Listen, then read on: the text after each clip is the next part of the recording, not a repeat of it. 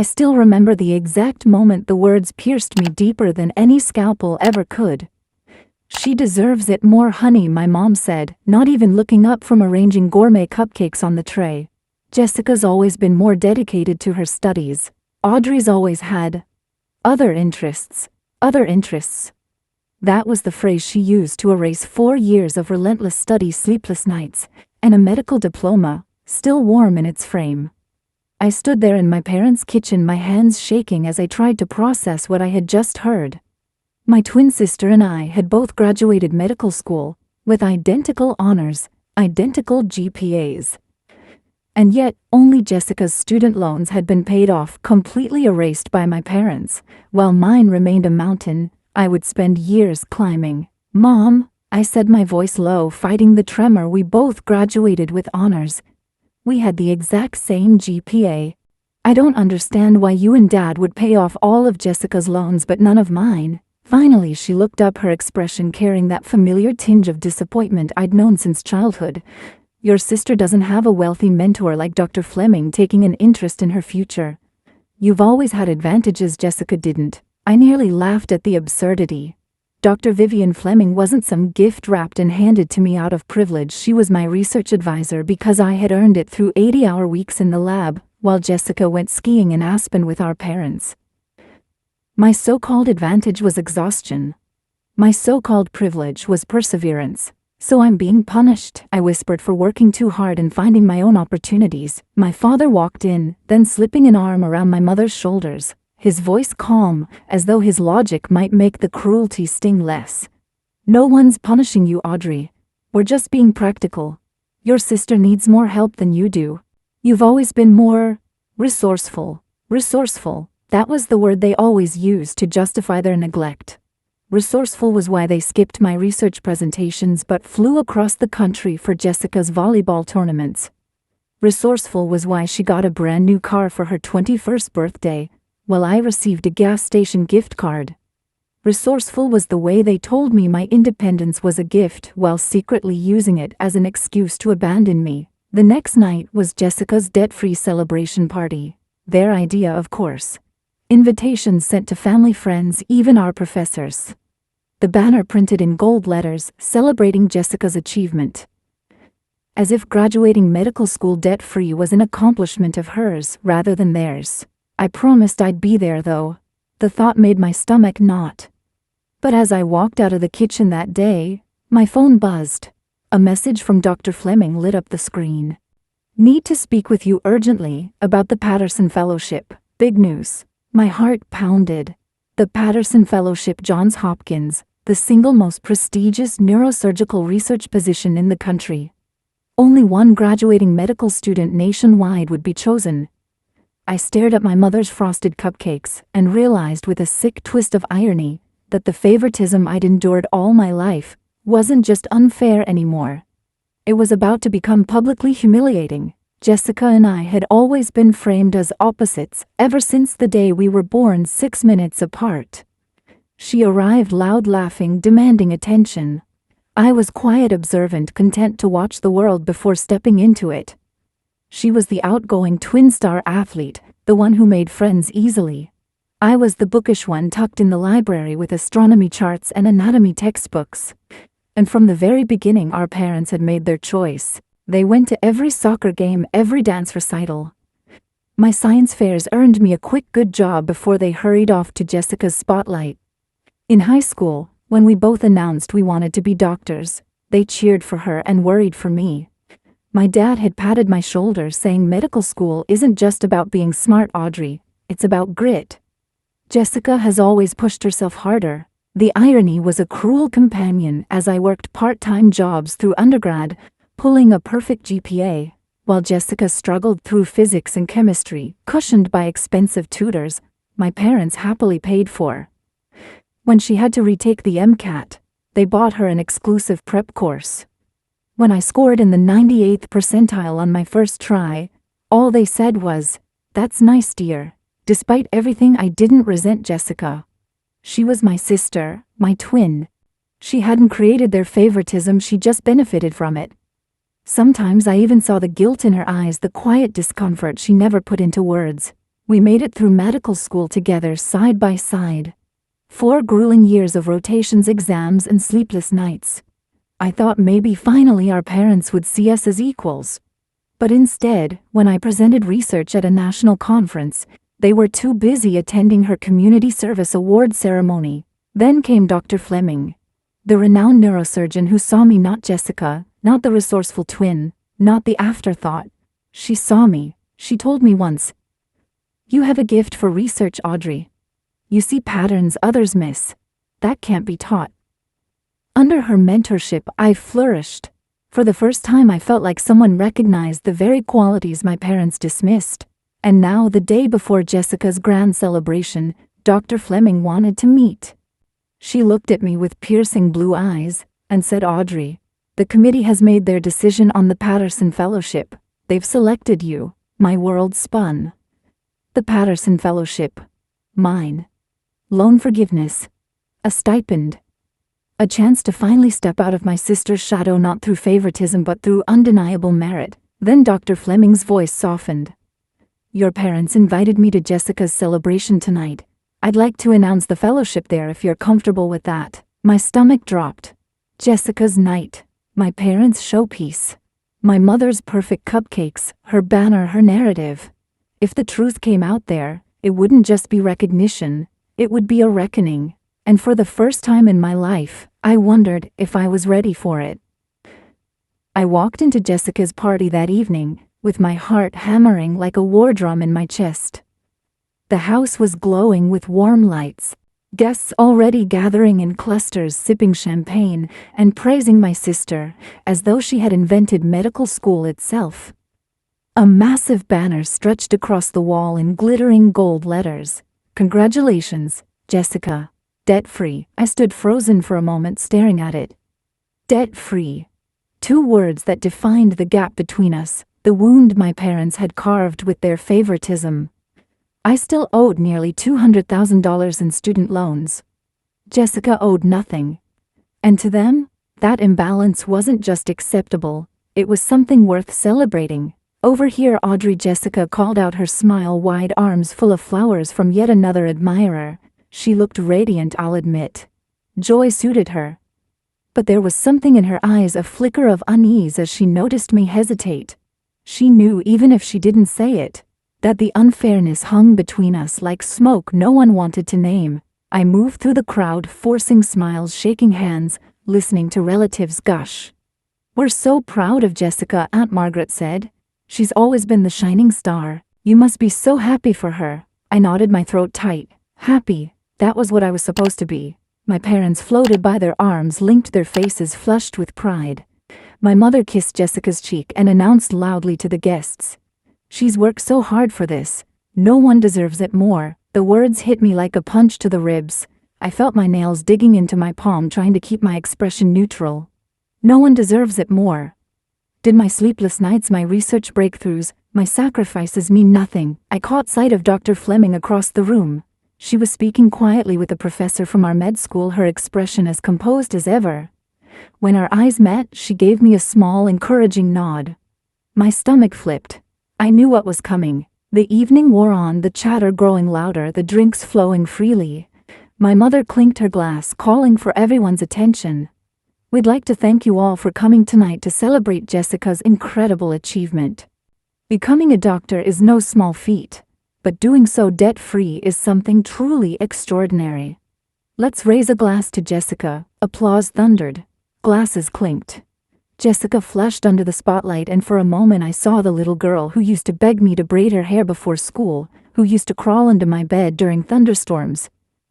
It wasn't her fault, I reminded myself. She hadn't chosen to be the favorite. But then Dr. Fleming stepped forward, her voice clear and strong. "If I may add something," she said, the room instantly quieting. "Tonight we celebrate Jessica, but I'd be remiss if I didn't share some important news about Audrey as well." Every head turned toward me, my pulse roared in my ears. Dr. Fleming smiled, her eyes locking onto mine with quiet pride. "The Patterson Fellowship, the most prestigious neurosurgical research position in the country, has been awarded this year to Audrey." Gasps rippled through the crowd. Whispers erupted. My mother's face froze, the color draining. My father shifted uncomfortably.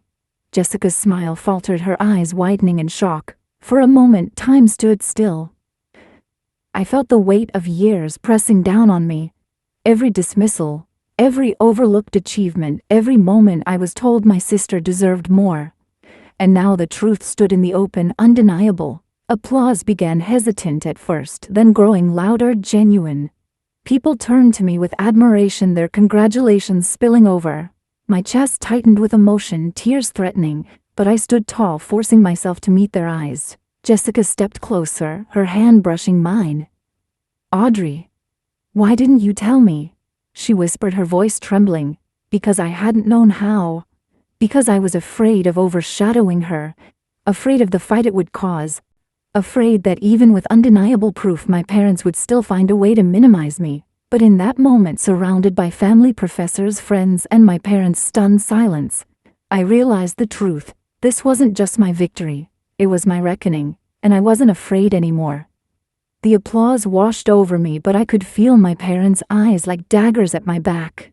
My mother's lips pressed into a thin line, her hand tightening on her champagne glass until I thought it might shatter. My father forced a polite smile, but I knew him well enough to recognize the storm gathering beneath it. Jessica's hand was still trembling against mine. For the first time in years, she looked small to me. Not the golden child basking in endless praise, but my twin sister stripped bare by reality. "Audrey," she whispered again, her eyes glassy. "Why didn't you tell me you applied?" "I didn't think it mattered," I admitted softly. "I thought even if I won, no one would care." The crowd broke into smaller conversations again, congratulations spilling my way, people asking Dr. Fleming about the fellowship. My parents didn't approach me once. Instead, I watched as my mother pulled Jessica into a corner, speaking to her in hushed, urgent tones, her face red with frustration. Jessica's smile was gone. Her eyes darted toward me, guilty and uncertain. And for the first time I wondered if she was beginning to see the pattern too, the favoritism, the divide our parents had carved between us, like a wound that never healed. By the end of the night I slipped out early. The celebration no longer felt like a celebration, it felt like a battlefield. I drove home with my hands trembling on the steering wheel, tears blurring the streetlights. I should have been ecstatic, but all I felt was exhaustion. The next morning my phone rang. It was Jessica. Her voice was shaky. "Audrey, can we meet, please?" We sat across from each other at a cafe, the smell of burnt espresso thick in the air. Jessica fiddled with her napkin, tearing it into tiny pieces. "I didn't know, Audrey. I swear I didn't. About Mom and Dad paying off my loans. About all of it. I thought maybe they helped you too." I let out a bitter laugh. "No, they said you deserved it more. That I had advantages you didn't. That's what they've been telling me my whole life." Her eyes filled with tears. "I never wanted this wedge between us. I just went along with it. And I'm sorry." The apology was real, but it didn't erase the years. It didn't erase the loneliness of always being the afterthought. Still hearing her say it cracked something open in me, something I hadn't realized I'd been carrying heavy and unspoken. Later that week my parents invited me over for dinner. The table was set as if nothing had changed, but the tension was palpable. Halfway through the meal, my mother finally snapped. "Audrey, was it really necessary to let Dr. Fleming humiliate us like that?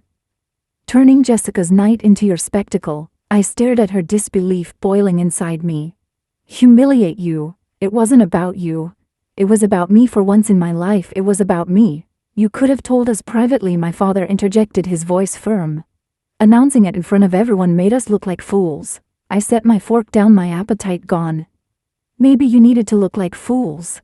Maybe you needed to see in front of everyone what you've been blind to for years. I worked just as hard as Jessica. Harder sometimes. And you never saw me. You never wanted to." The silence that followed was suffocating. Jessica's eyes darted between us, her face pale, her mouth opening as if to speak, then closing again. My parents' faces hardened, a wall I knew I would never break. I realized then that no fellowship, no recognition, no triumph would ever change the way they saw me. To them, Jessica would always be the favored twin, And I would always be the resourceful one who didn't need their love, but maybe I didn't need it anymore. That night I packed up the last of my belongings from their household textbooks, childhood photos, boxes of things I had left behind.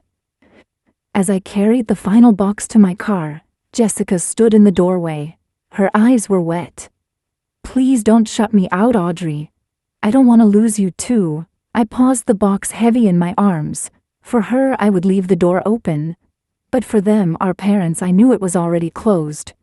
I drove away from my parents' house that night with the last box of my childhood in the trunk, the headlights cutting through the darkness like knives. For years I had begged for scraps of validation, swallowed the bitter taste of favoritism, convinced myself that if I worked harder, achieved more, they would finally see me. But now, for the first time, I wasn't chasing their approval. I was leaving it behind. At home I unpacked slowly, laying photo frames and old journals across my living room floor. In one picture, Jessica and I were 5 years old, both dressed as doctors for Halloween, stethoscopes made of plastic hanging from our necks. We had looked at each other that night with the same big, impossible dream.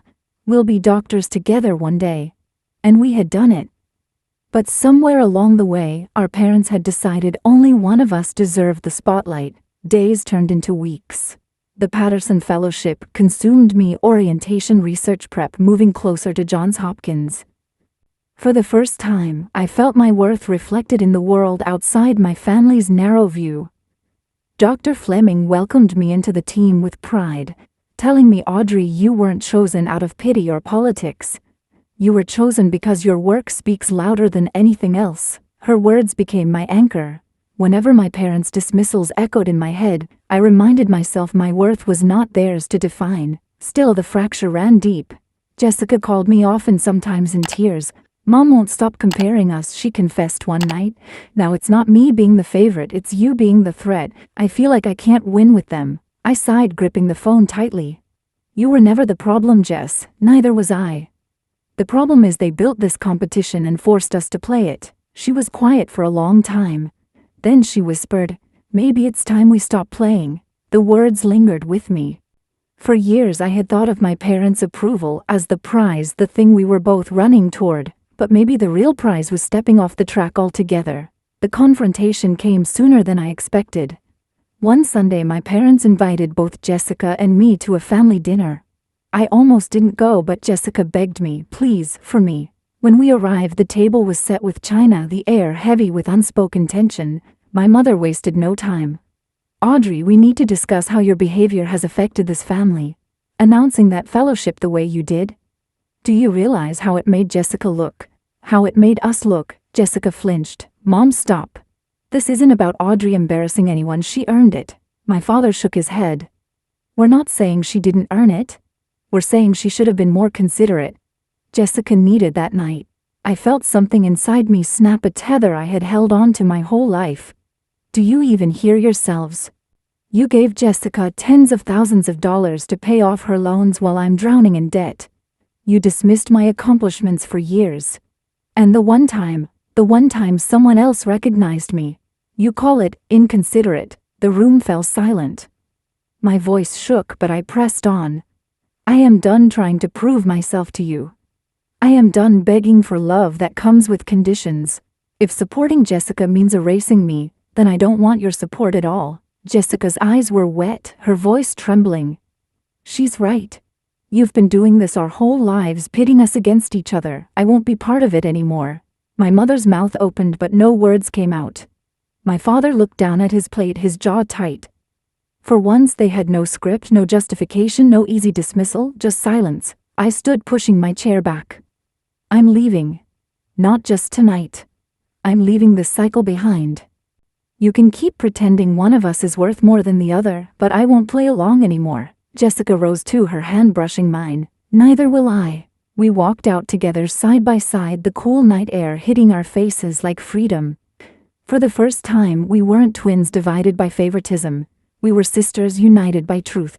And in that moment, I realized the greatest revenge wasn't proving them wrong. It was living my life without their approval and thriving anyway. Weeks after that dinner, the silence from my parents was deafening. No calls, no texts, no perfunctory hope, Your well emails. For the first time in my life, I wasn't orbiting their expectations. I was free-floating, terrified and exhilarated all at once. Jessica and I grew closer in that silence. We began meeting weekly not as rivals, but as allies. Sometimes we studied cases together. Sometimes we just sat in a cafe and admitted how much we both hurt. She told me how suffocating it was to be put on a pedestal. She never asked for how guilty she felt watching me shoulder debts while she was handed freedom. I told her how every dismissal chipped away at me until I doubted my own worth. And for the first time, we looked at each other not as the favored twin and the resourceful twin, but simply as sisters. The fellowship at Johns Hopkins became more than a career step. It became my sanctuary. I poured myself into the research, my mind alive in ways I hadn't felt since childhood. Dr. Fleming often stopped by my lab bench offering encouragement. "Your work is extraordinary, Audrey," she said one late night. "Never let anyone make you feel small again." One afternoon, Jessica surprised me by visiting campus. She stood in the hallway outside the lab watching as I explained my project to a group of visiting scholars. When they left, she hugged me tightly. "Audrey," she whispered, "I'm proud of you. Not Mom and Dad proud. Me proud. And I hope that matters more." It did, more than I could ever say. Months later, Jessica called me, her voice shaking. "Mom and Dad are furious. They said I've changed, that I don't appreciate everything they've done for me." I told them the truth. I told them they were wrong. And I don't care if they cut me off. I'd rather lose their money than lose you. Tears blurred my eyes as I clutched the phone. For so long I had thought the chasm between us was unbridgeable. But here she was choosing me, choosing us. Our parents never apologized. They never acknowledged the years of favoritism or the damage it caused. But in time, their power over me dissolved. They no longer decided my worth, no longer dictated the narrative of who I was. The day I presented my first major research paper at Johns Hopkins, I looked out into the audience and saw Jessica in the front row clapping with tears streaming down her cheeks. My parents weren't there, and for once, it didn't matter. Because the person who had always been painted as my rival had become my fiercest supporter. When the applause ended, I realized something profound. Revenge wasn't about watching my parents squirm. It wasn't about shaming them into admitting their failures. It was about living a life so full, so authentic, so undeniably mine, that their neglect no longer had any power over me. I had carried their rejection like a wound for so long. But now it felt like a scar, visible, yes, but healed. A reminder of what I survived, not a definition of who I was. So, if you've ever been overlooked, dismissed, or made to feel invisible by the people who should have loved you most, let my story be a reminder your worth isn't in their hands. It never was. You can break free, you can rewrite the story, and you can thrive in spite of them. If this story resonated with you, please like this video, share it with someone who needs to hear it. Subscribe for more stories like mine and leave a comment below with your own experiences, because every voice deserves to be heard even when the people closest to us try to silence it.